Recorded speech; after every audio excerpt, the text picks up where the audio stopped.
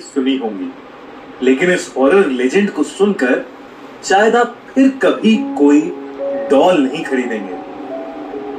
ये कहानी दुनिया के सबसे पॉपुलर हॉरर लेजेंड्स में से एक एनाबेल डॉल की सच्ची कहानी पर बेस्ड है। एनाबेल की कहानी शुरू हुई 1970 में, जब नर्स की पढ़ाई कर रही डोना को उसकी मां ने एक एंटीक डॉल गिफ्ट करी।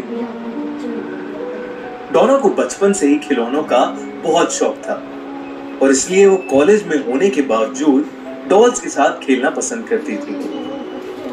नर्सिंग की पढ़ाई के दौरान डोना अपनी रूममेट एंजी के साथ एक अपार्टमेंट में रहती थी। डोना अपनी मां के गिफ्ट से बहुत खुश थी।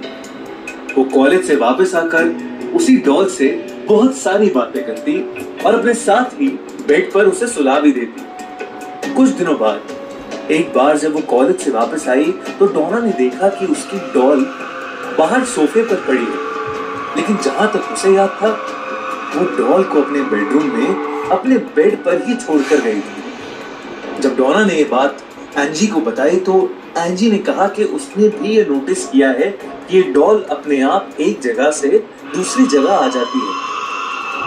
उस दिन के बाद से वो दोनों गौर से उस डॉल के मूवमेंट्स पर ध्यान देने लगे।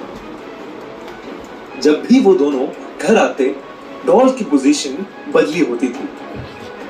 वो लोग कॉलेज जाने से पहले डॉल को किसी रूम में रखते और वापस आके देखते तो वो किसी और ही रूम में होती थी।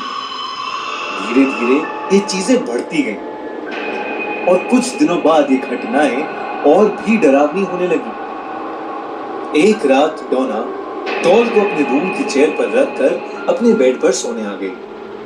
देर रात उसे कुछ खिटपिट सी सुनाई दी जिससे उसकी नींद टूट गई। जब उसने हल्की सी आंख खोली तो उसे ऐसा लगा जैसे उस डॉल ने अपनी गर्दन घुमाई। डोना को एकदम से उसकी घूरती हुई आवाज जैसे उस डॉल ने अपनी गर्दन घुमाई। डोना को एकदम से उसकी घूरती हुई आंखों से बहुत डर लगा। वो तुरंत उठ खड़ी हुई और उस डॉल को बाहर सोफे पर रख कर वापस सोने आ गई। कुछ और दिन बीते और घर में ऐसी अनयूजुअल घटनाएं बढ़ने लगी।